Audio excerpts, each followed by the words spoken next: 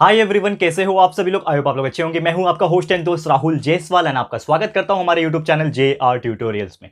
Friends, आज आपके सामने एक ऐसा इंपॉर्टेंट वीडियो लेकर आया हूं जिसमें यार आपके ना एटलीस्ट 5 मार्क्स जो है ना वो बहुत अच्छी तरीके से स्कोर कर सकते हो आपके बोर्ड एग्जाम में। तो क्या है टॉपिक, टाइटल एंड थंबनेल आपने देख ही लिया होगा, जो कि है कि आपके 10th स्टैंडर्ड में साइंस 1 सब्जेक्ट के अंदर जितने भी इंपॉर्टेंट फॉर्मूलेस हैं जिसके बेस पे या तो न्यूमेरिकल्स पूछे जा सकते हैं या फिर एमसीक्यूज में पूछे जा सकते हैं या फिर हो सकता है डायरेक्टली वो फॉर्मूले पूछ ले।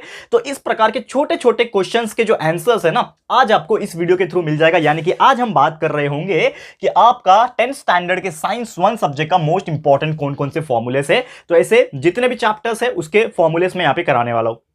और एक चीज आप जानते हो कि हर चैप्टर्स में फॉर्मूले नहीं है, जैसे कि हम यहां पे सिलेक्टेड चैप्टर्स लेकर आए हैं एंड वो जितने भी मैंने यहाँ पे इंपॉर्टेंट न्यूमेरिकल्स के जो फॉर्मूला जो मैं लिखाने जा रहा हूँ, ये फॉर्मूला अगर आप देख लेते हो ना और इसको याद कर लेते हो ना तो डेफिनेटली आपके मार्क्स जो है वो बन जाएंगे आपके बोर्ड एग्जाम में। तो वीडियो को एंड तक देख लेना, बस यही मेरी अपील है। बहुत अच्छी तरीके से समझाने वाला हूँ, पूरा मतलब भी बताऊंगा उसका और एक एक फॉर्मूला लिख के बताने वाला हूँ, तो आप लोग लिखते जाना। तो चलिए शुरुआत करते हैं। तो सबसे पहले 10th स्टैंडर्ड के साइंस 1 का जो सबसे पहला चैप्टर है जिसका नाम है दोस्तों ग्रेविटेशन, उसके बारे में बात करेंगे। तो ग्रेविटेशन नंबर 1। ओके, तो ग्रेविटेशन में जो सबसे पहले फॉर्मूला जो आपको ये न्यूमेरिकल्स में पूछ सकता है डायरेक्टली, या फिर आपको अलग से टॉपिक वाइज भी पूछ सकता है, या फिर कभी भी आपको एक्सप्लेन करने शॉर्ट नोट पूछेगा तो आप ये फॉर्मूला वहां पे लिख सकते हो जिसके हेल्प से आपको मार्क्स अच्छे मिल सकते हैं। तो पहला फॉर्मूला जो है दोस्तों वो है दोस्तों F is equal to G m1 into m2 upon r square. This is the formula and this formula is called as the universal constant का फॉर्मूला। यानी कि अगर आपको कोई पूछता है, ठीक है ना, न्यूटन्स का यूनिवर्सल लॉ ऑफ ग्रेविटेशन आपको पता ही है, ठीक है, Newton's universal law of gravitation. अगर आपको कोई टॉपिक पूछा, समझ लो, देखो कैसे आपको लर्न करना है, ये आपको मैं क्यों लिखा रहा हूं कि समझो बाई चांस कि आपको डायरेक्टली क्वेश्चन पूछा explain the Newton's universal law of gravitation, तो सबसे पहले आप डेफिनेशन पढ़ लोगे, ठीक है, डेफिनेशन याद रहेगा। उसके बाद आपको उसको एक्सप्लेन करने के लिए फॉर्मूला भी बताना पड़ेगा कि that is the formula that is F equal to GMM upon R square. इसका मतलब क्या होता है ये भी समझ लो। इसमें जो F का वैल्यू है, F is nothing but the force, capital G जो होता है ना वो होता है ग्रेविटेशनल कांस्टेंट। क्या होता है दोस्तों? ग्रेविटेशनल कांस्टेंट होता है। और जो तीसरा चीज दिख रहा है M1 और M2, तो M1 और M2 जो है ना ये क्या है? मासेस है, जो अलग अलग ऑब्जेक्ट दिए रहेंगे या फिर दो पर्सन दिए रहेंगे उसके मासेस है, मतलब वजन है। और यहां पे R जो दिख रहा है, R is the mean distance, ठीक है ना, दो ऑब्जेक्ट के बीच का डिस्टेंस होता है मीन डिस्टेंस, जिसको हम लोग बोलते हैं distance between the two object is called as the R। तो यहां पे इतनी सारी चीजें हैं। अब आप इसको नोटबुक में नोट डाउन कर सकते हो और कभी भी डायरेक्ट फॉर्मूला पूछा कि न्यूटन्स का यूनिवर्सल लॉ ऑफ ग्रेविटेशन का फॉर्मूला लिखो, डायरेक्टली फॉर्मूला लिख सकते हो, लेकिन साथ में ये भी लिख देना कि यार इसका मतलब क्या होता है, ये पता होना चाहिए आपको। नहीं तो आपको आपने रट्टा मार के फॉर्मूला लिख दिया लेकिन आपको पता ही नहीं है कि F का मतलब क्या है, G का मतलब क्या है, M1 का M2 का मतलब क्या है, ठीक है ना। और समझ लो बाई चांस इसी टॉपिक के ऊपर न्यूमेरिकल्स अगर पूछे, जो कि मैंने ऑलरेडी हमारे न्यूमेरिकल्स के वीडियो में पढ़ाया हुआ है, अगर आपने नहीं देखा है हमारे न्यूमेरिकल्स के वीडियो जाके देख लेना यार। इसके पहले हमने कई सारे वीडियोस डाले हुए हैं आपके बोर्ड के पॉइंट ऑफ व्यू, ठीक है। तो ये फॉर्मूला भी डायरेक्ट यूज कर सकते हो न्यूमेरिकल्स में, जिसके हेल्प से या तो आप फोर्स कैलकुलेट कर सकते हो, मास कैलकुलेट कर सकते हो, रेडियस जो भी आपको पूछेगा एग्जाम में वो आप कैलकुलेट कर सकते हो। एक और बहुत बेहतरीन फॉर्मूला यहां पे मैं लिखाने की कोशिश करता हूं, जो कि है दोस्तों टी स्क्वायर, ठीक है, T square upon R cube is equal to K. इसका मतलब क्या है? T square upon R cube is equal to, this is the second formula.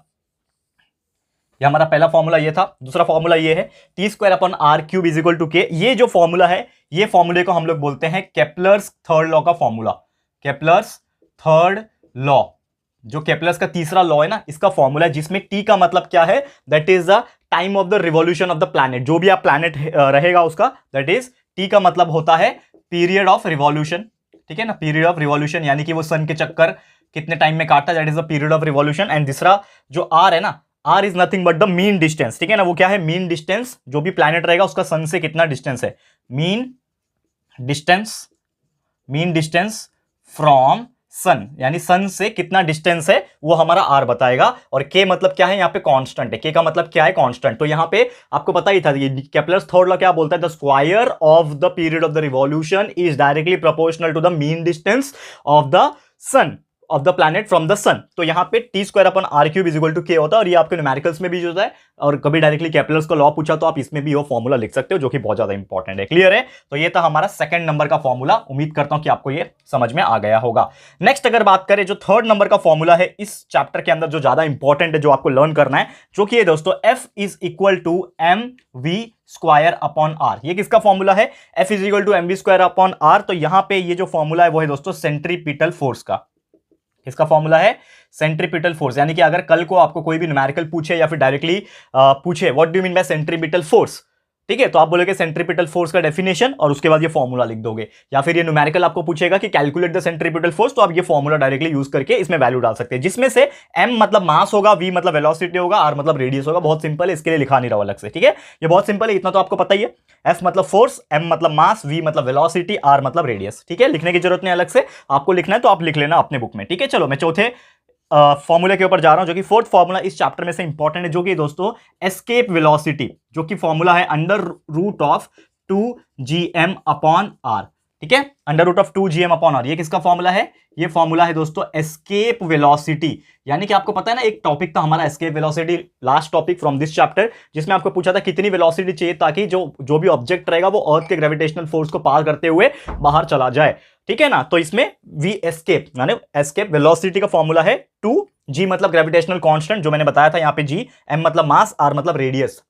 जो भी ऑब्जेक्ट का पूछा रहेगा, मून का पूछा है, सन का पूछा है, अर्थ का पूछा है, उसके हिसाब से। तो दिस इज द फॉर्मूला। तो ये थे टोटल हमारे पहले चैप्टर यानी ग्रेविटेशन जो चैप्टर है हमारा, इसके 4 मोस्ट इंपॉर्टेंट फॉर्मूले। इसके अलावा और कई सारे फॉर्मूले हैं, लेकिन ये मेरा एक्सपीरियंस कहता है कि ये चारों फॉर्मूले में से इसके अलावा शायद ही कोई पूछ ले, ठीक है ना। मैं 90% श्योर हूं कि जो भी फॉर्मूले पूछेगा या फिर न्यूमेरिकल्स पूछेगा, ये इन्हीं फॉर्मूले के बेस पे पूछेगा। तो इसको आप फटाफट से लिख लो, स्क्रीनशॉट ले लो, बाद में नोटबुक में लिख देना आराम से बैठ के टाइम निकाल के, लेकिन इसको अच्छे से लर्न कर लेना। बस आपसे यही उम्मीद करता हूं मैं, आप लोग के लिए हम कंटिन्यूअसली कुछ ना कुछ दिमाग लगा के आपके लिए वीडियोस ला रहे हैं, मेहनत कर रहे हैं। आपका काम है यार अपनी तरफ से पढ़ाई करते रहना, क्योंकि अगर आपको वो लेवल पे पहुंचना है, 95% 98% के लेवल पे पहुंचना है, तो आपको एक एक छोटी छोटी चीज जो हम बता रहे हैं ना, उसके ऊपर ध्यान देना पड़ेगा, ठीक है। तो this is the first chapter, ये हो गया हमारा। अब चलेंगे हमारे अगले चैप्टर की तरफ, ठीक है।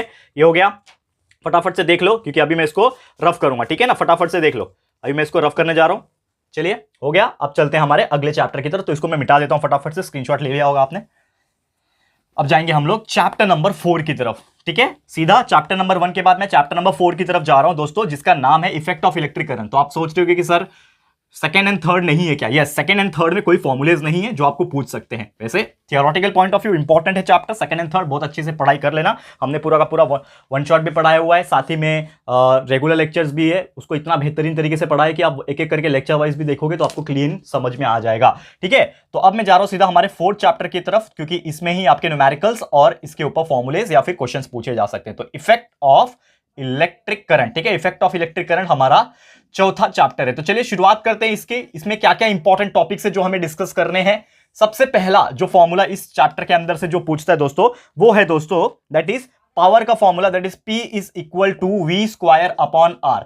ये किसका फॉर्मूला है? ये फॉर्मूला है दोस्तों पावर का। अगर आपको कोई पूछेगा कि पावर कैलकुलेट करो, एंड पावर कैलकुलेट करने के टाइम उसमें क्वेश्चन में अगर v दिया हुआ है, v मतलब यहां पे v का मतलब क्या है? Potential difference. यहां पे v का मतलब क्या है दोस्तों? Potential difference. वेलोसिटी मत समझ लेना, हर एक के लिए एक अपना अपना मीनिंग होता है। तो जब स्पीड वाला कुछ चीजें हैं, ग्रेविटेशन है, तो उसमें v मतलब वेलोसिटी होता है, लेकिन v का मतलब क्या होता है दोस्तों?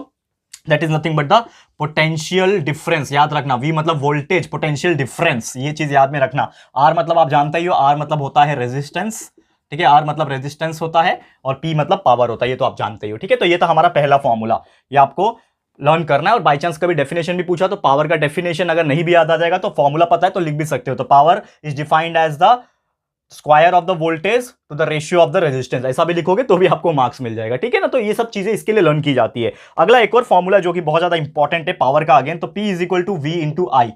ये एक और फॉर्मूला है पावर का।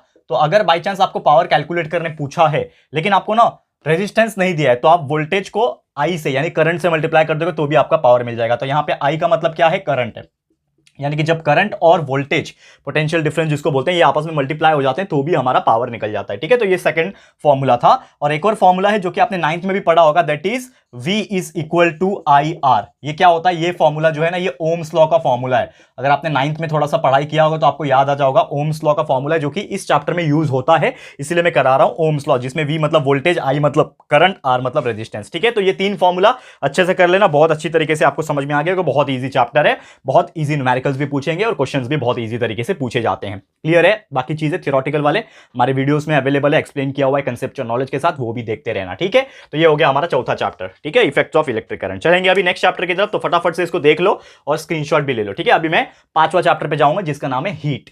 ठीक है, चलो इसको मिटा देता हूं मैं। ये हो गया हमारा 4th चैप्टर। चलिए अब आ जाते हैं हमारे अगले चैप्टर पे जिसका नाम है दोस्तों यहां पे हीट, चैप्टर नंबर 5। ठीक है, चैप्टर नंबर 5 जिसका नाम है हीट। अब हीट में किस प्रकार के क्वेश्चंस पूछे जा सकते हैं या फिर न्यूमेरिकल्स किस पॉइंट ऑफ व्यू पूछे जा सकते हैं। तो फॉर्मूला क्या है हमारा, सबसे पहले यहां पे एक फॉर्मूला है, that is known as the percentage relative humidity. ठीक है ना, percentage relative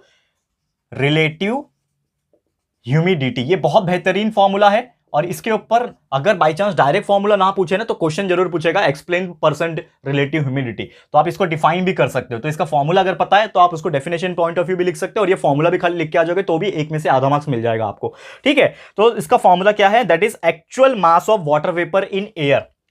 actual mass of water vapour, VP मतलब water vapour in air, to the ratio of mass of vapor needed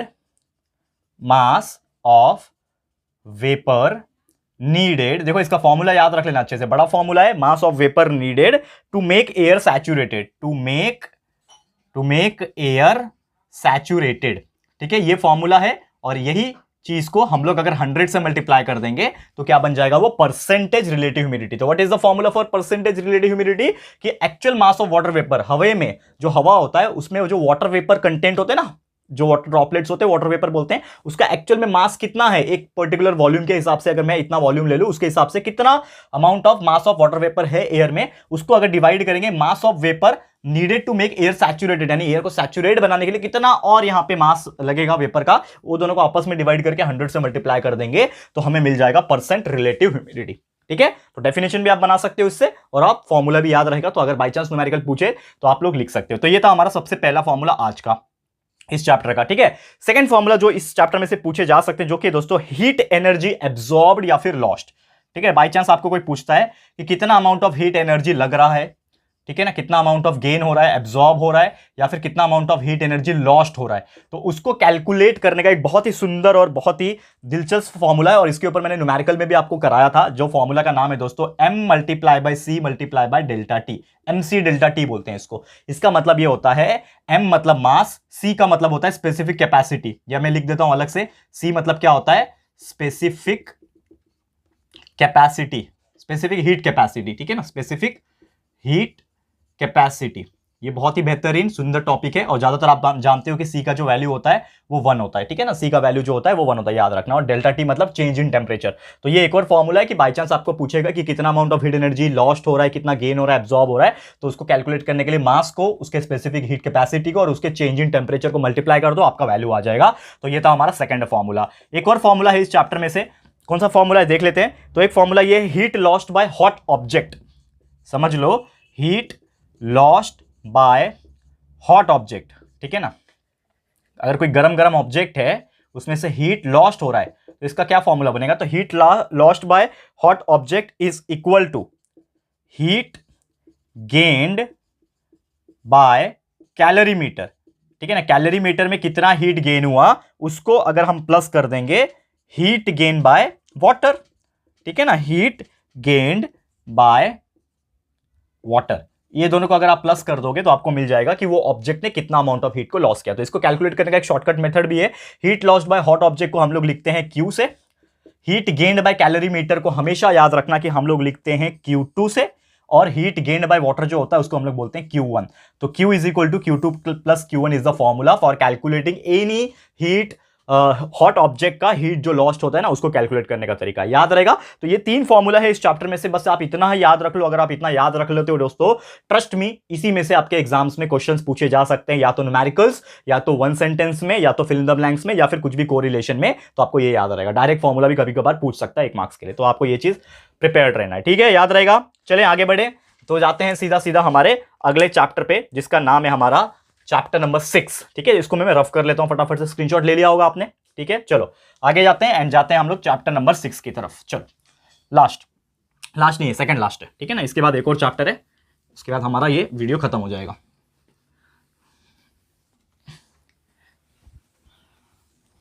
चलिए आ जाते हैं टॉपिक पे, जो कि है हमारा 6th चैप्टर, जिसका नाम है refraction of light.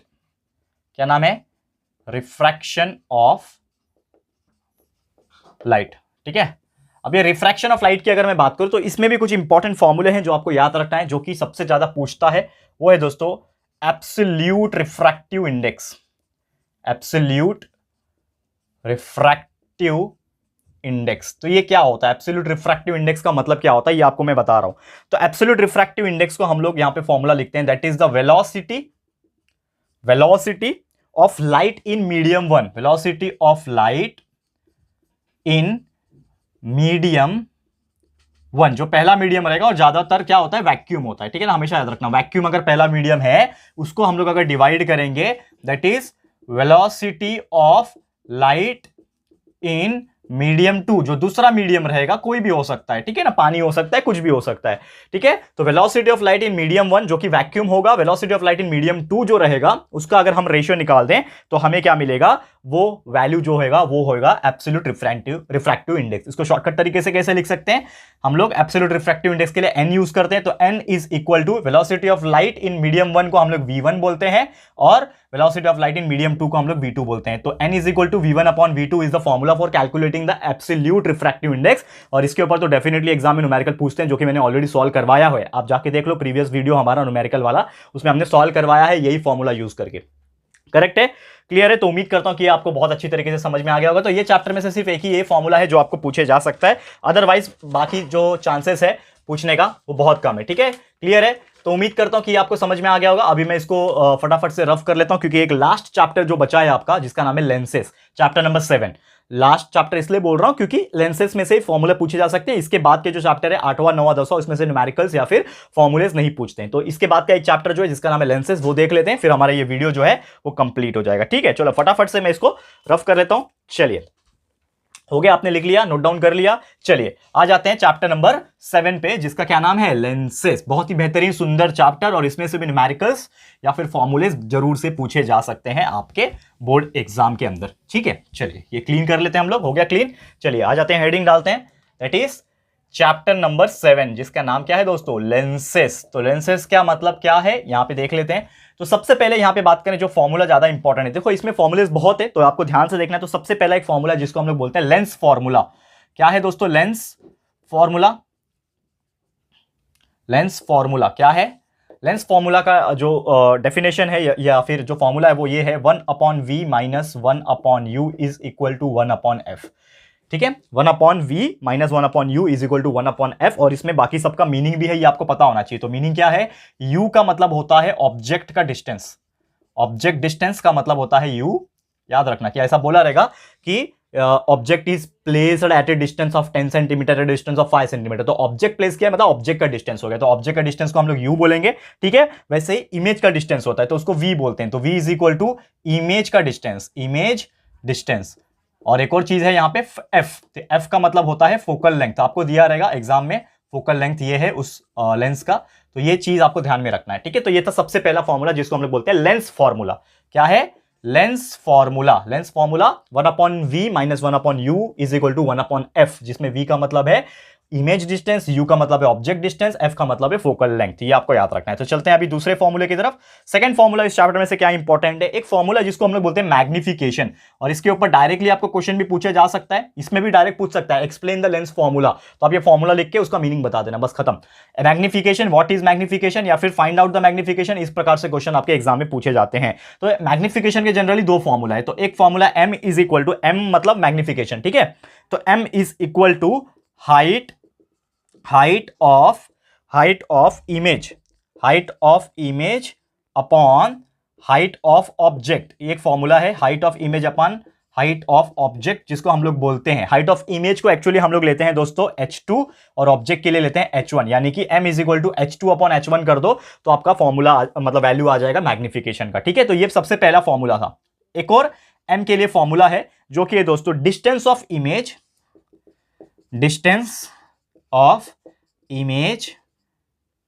Upon distance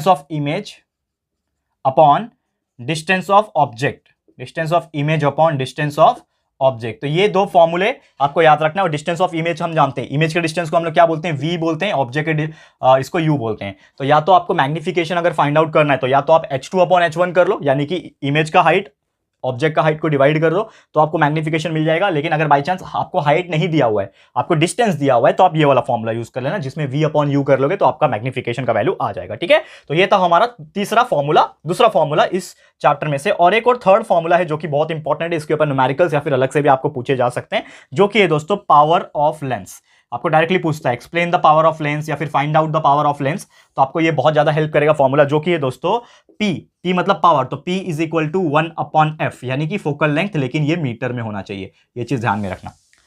P is equal to 1 upon f, तो 1 अपॉन f मतलब क्या है, फोकल लेंथ, यानी कि जो भी फोकल लेंथ दिया रहेगा उसको 1 से डिवाइड कर दो, आपका पावर मिल जाएगा। पर आपका जो फोकल लेंथ होगा वो मीटर में होना चाहिए, तो सेंटीमीटर पे पहले दिया रहेगा तो उसको मीटर में कन्वर्ट करो, उसके बाद आप डिवाइड करो तो आपको पावर मिल जाएगा। ठीक है, याद रखना। और इसका जो यूनिट होता है ये भी बहुत इंपॉर्टेंट है, कभी कभी पूछता है यूनिट, तो इसका यूनिट होता है डायप्टोर। ठीक है, ये याद रखना, डायप्टोर, जिसको डी कैपिटल डी से डिनोट करते हैं, ये आपको याद रखना। क्लियर है? तो उम्मीद करता हूं कि यार ये सब चीजें आपको बहुत इजीली समझ में आ गया होगा।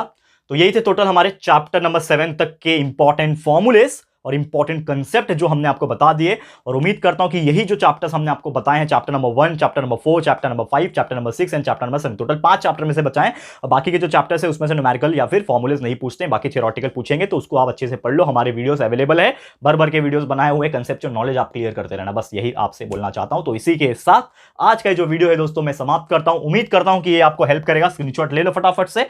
ठीक है, बाकी चीजें हमने आपको प्रोवाइड कर ही दी है, तो हर चीज आपको मिल रहा है। हमारे टेलीग्राम ग्रुप को भी ज्वाइन कर लेना, कुछ भी इंपॉर्टेंट चीज होता है हम डेली वहां पे अपडेट कर देते हैं, डेली इंपॉर्टेंट टास्क देते हैं, कुछ इंपॉर्टेंट क्वेश्चन जैसे दिखते हैं वैसे ही डाल देते हैं। तो प्लीज हमारे टेलीग्राम ग्रुप को अगर आपने ज्वाइन नहीं किया है तो फटाफट से ज्वाइन कर लेना, link is given in the description box, बस क्लिक करना है, क्लिक कर लोगे बस ज्वाइन हो जाओगे। ठीक है, ज्वाइन का ऑप्शन आता है, क्लिक कर देना, ज्वाइन हो जाओगे। ठीक है, बहुत सिंपल है। कुछ डाउट्स रहेगा इंस्टाग्राम पे मुझसे पूछ सकते हो, और बाकी चीजें प्लेलिस्ट में अवेलेबल है, सर्च करोगे तो भी मिल जाएंगे वीडियोस। बस अच्छे से पढ़ाई करते रहो, यही बोलना चाहूंगा। इसी के साथ आज का वीडियो समाप्त करता हूं। Thank you so much guys for watching this video आपको कैसा लगा है प्लीज हमें कॉमेंट करना। वीडियो पसंद आया है, अच्छा लगा है, यूजफुल लगा है तो प्लीज इस वीडियो को लाइक कर देना दोस्तों, एंड शेयर कर देना अपने सारे दोस्तों के साथ, रिलेटिव्स के साथ, सबके साथ शेयर करो ये वीडियो को, ताकि उन तक ये वीडियो पहुंच सके और हमारी मेहनत जो है ना वो सही हाथों तक पहुंच सके। तो please share to the maximum people. First time हमारे चैनल पे आए हो, अभी तक चैनल को सब्सक्राइब नहीं किया है तो फटाफट से हमारे चैनल को सब्सक्राइब कर देना, साथ ही में एक बेल आइकन होता है उसको प्रेस कर देना, ताकि फ्यूचर में हम कभी भी कोई भी वीडियोस को अपलोड करेंगे तो आप लोग को नोटिफिकेशन मिलती रहेगी। ठीक है फ्रेंड्स, तो मिलते हैं हमारे अगले वीडियो में।